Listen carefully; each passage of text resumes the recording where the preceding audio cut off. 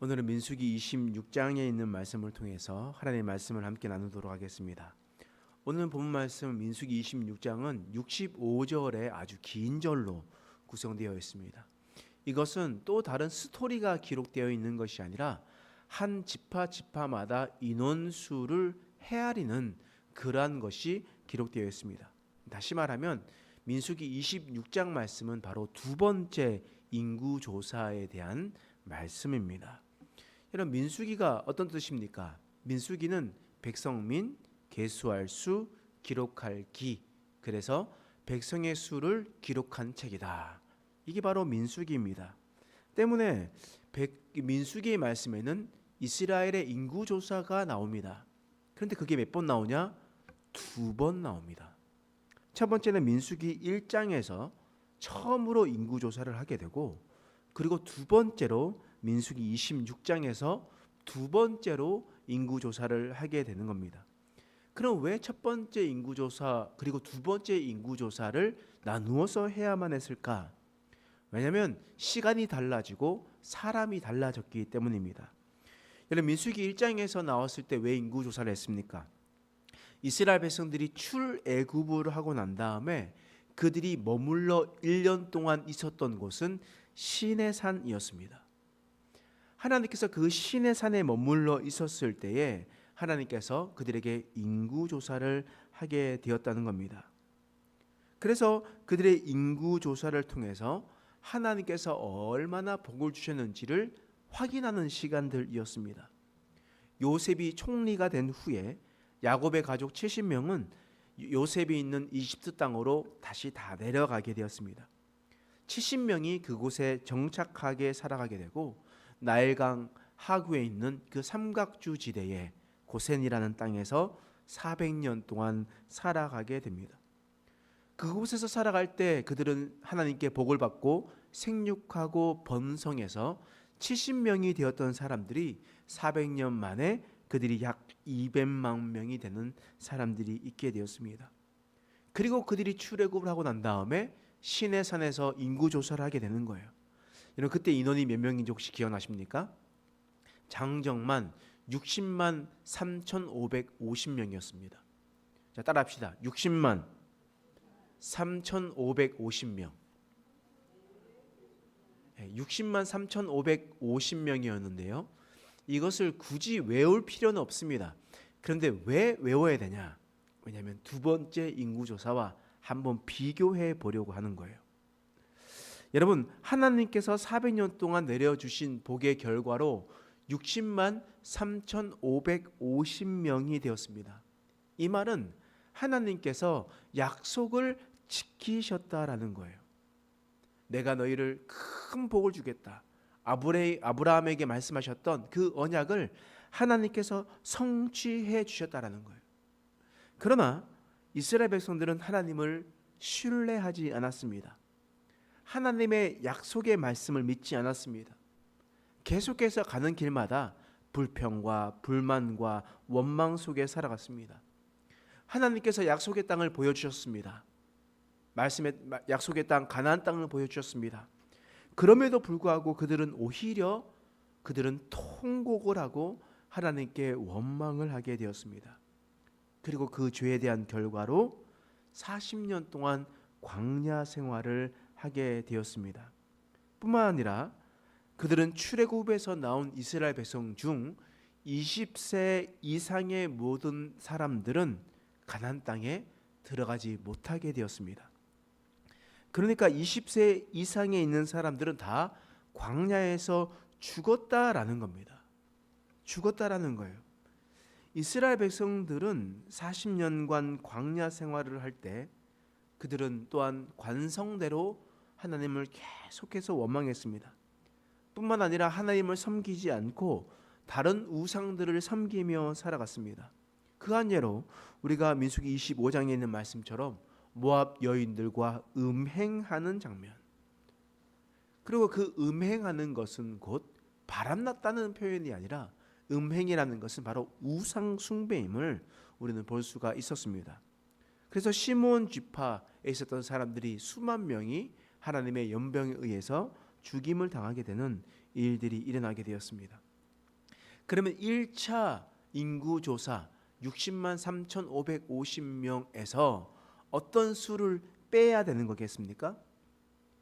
20세 이상에서 광야에서 죽은 사람들 빼야 되겠죠? 그리고 이스라엘의 죄악으로 말미암아 죽은 사람들 또 빼야 됩니다. 불뱀에 물린 사람들, 그리고 하나님을 섬겨 음행했었던 사람들, 하나님 앞에 대적했던 사람들, 이 모든 사람들도 다시 다 빼야만 했습니다. 그렇기 때문에 1차 인구조사 이후에 광야에서 얼마나 많은 사람들이 죽었겠습니까? 얼마나 많은 사람들이 그렇게 살아갔겠습니까? 여러분, 그들이 나이 중에 가장 최고령은요, 해봤자 59세였습니다. 그렇죠. 20세 이상의 모든 사람들은 다 죽었고, 그리고 그 밑에 있는 사람들만 살았으니까, 뭐 19세만 살았다고 하면 40년이 지났으니까 59세 아니겠습니까? 이 모세가 살았던 나이도 120살이었는데 그 절반의 나이 있는 사람들만 다 살았단 말이에요. 그러면 그런 사람들이 또 남았는데 그럼 얼마나 많은 사람들이 줄었겠습니까? 근데 오늘 본문의 말씀에 보면 민수기 26장 51절에 2차 인구 조사할 때에 백성들의 인구 수가 나옵니다. 자, 함께 읽어보겠습니다. 시작. 이스라엘 자손에 계수된 자가 60만 1,730명이었더라. 몇 명이라고요? 자, 따라합시다. 60만 1,730명. 여러분 기억나십니까? 인구조사 1차 인구조사 몇 명이라고요? 60만 3,550명. 2차 인구조사는요? 그러면 몇 명이 마이너스입니까? 1,820명이거든요. 1,820명이 마이너스가 되는 겁니다. 야, 그러면 하나님 1,820명 빠졌잖아요 라고 생각할 수 있는데, 우리 민수기 25장에서 음행한 사건으로 연병으로 수만 명이 죽었던 것을 한번 생각해 보면 바로 이 2차 인구조사 때에 훨씬 더 1차 인구조사 때보다 더 많은 인원이 있었다라는 것을 우리는 볼 수가 있습니다. 여러분, 이것이 무엇이겠습니까? 하나님의 은혜였습니다. 이들이 지금 40년 동안 살아간 곳이 어디였습니까? 광야였어요. 나일강 하구에 기름진 삼각주에 있었던 그 고센 땅이 아니었다라는 거예요. 편안하게 있으면서 그곳에서 안전된 삶을 살아가는 것도 아니었습니다. 광야는요, 먹을 것도 없고 불안하고요, 불편한 곳입니다. 그렇게 있을 수 없는 그러한 곳이었습니다. 그럼에도 불구하고 400년 동안 이루어졌던 이스라엘 백성들의 복, 번성과 생육하고 번성했었던 것을 하나님은 단 40년 만에 회복시켜 주셨습니다. 여러분, 이스라엘 백성들의 수는 그때 60만 3,550명은 인원수를 세도 20세 이상이었으니까 20세부터 그 위에 있는 수까지 다 헤아렸던 겁니다. 그런데 지금 이 사람들은 20세부터 59세에 있는 사람들까지만 인원수를 다 헤아렸거든요. 하나님께서 얼마나 많은 복을 주셨는지 우리는 말씀을 통해서 볼 수가 있습니다.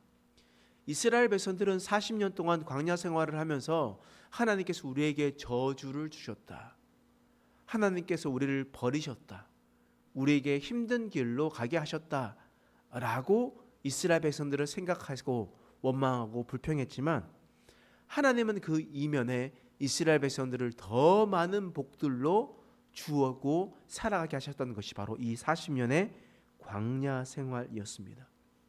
무의미하고 힘들고 어려운 순간이었다 하더라도 하나님은 그 순간마다 늘 함께 해 주셨습니다. 우리 인생도 마찬가지입니다. 우리 인생도 광야의 시간을 보낼 때가 있습니다. 그래서 왜 우리를 이렇게 힘들게 하고 어렵게 하냐? 하나님, 이 시간이 무의미한 시간이 아닙니까?